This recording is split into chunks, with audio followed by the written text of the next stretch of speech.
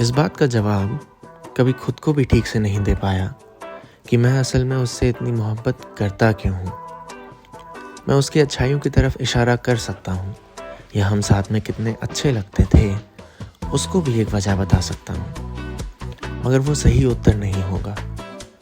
अगर बहुत सीधा कहूँ तो उसके होने में एक खुशी थी जो मुझे बहुत आकर्षित करती थी। मैं कुछ देर भी अगर उसके साथ या उसके सामने बैठ जाऊं तो मन में एक खुशी की लहर कौंध जाती थी। उस खुशी ने जैसे जीवन को मुस्काना सिखा दिया था, और मुस्कान भी ऐसी जो कभी चेहरे से उतरी ही नहीं। जिंदगी में पहली बार खुद से ऊपर किसी को रखा था, खुद से ज़्यादा फिक्र किसी की करी थी, किसी और के ख्वाब को पहली बार अपना ख्वाब बनाया था। यूं तो दुनिया के लिए कोविड बहुत मुश्किलें लेकर लाया मेरे लिए भी था, मगर उसके बीच मुझे जिंदगी भर की एक खुशी भी वो दे गया। उस समय हम सालों बाद मिले, हमारी कहानी शुरू हुई, बातें हुई, मुलाकातें हुई, हंसी में, मजाक में, खुशी में, शबाब में। कब हम दोस्त से एक दूसरे के सब कुछ बन गए पता ही नहीं चला। मतलब अब मैं उस लड़की के साथ था जिसे 11 साल पहले मैंने अपना दिल हारा था। जब उसको देखता था तब खुद पर काबू ही नहीं रहता था, और जब उसके साथ होता था तब खुशी का कोई ठिकाना ही नहीं था। मैं हर वेडनेसडे बंगला साहिब जाया करता था, और ऐसे ही एक वेडनेसडे मैं उसे भी अपने साथ ले गया था। और वहाँ सरोवर किनारे रब के सामने चलते चलते मैंने अपने रब को अपने प्यार का इजहार किया था। 11 साल से जिस लम्हे का मुझे इंतज़ार था उसको पाकर मैंने खुद को समेटा और उससे पूछा, अब जाना तो नहीं है ना?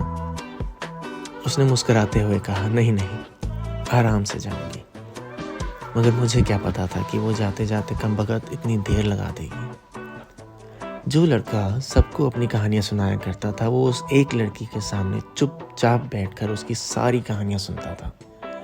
उसने मुझे बताया था कि कैसे वो अपने बाप की सबसे लाडली बेटी है, उसको क्या पसंद है क्या नापसंद है, कैसे वो अपने स्कूल की फुटबॉल टीम की प्लेयर बनी, और कैसे वो आगे चलकर एक सक्सेसफुल एक्टर बनना चाहती है।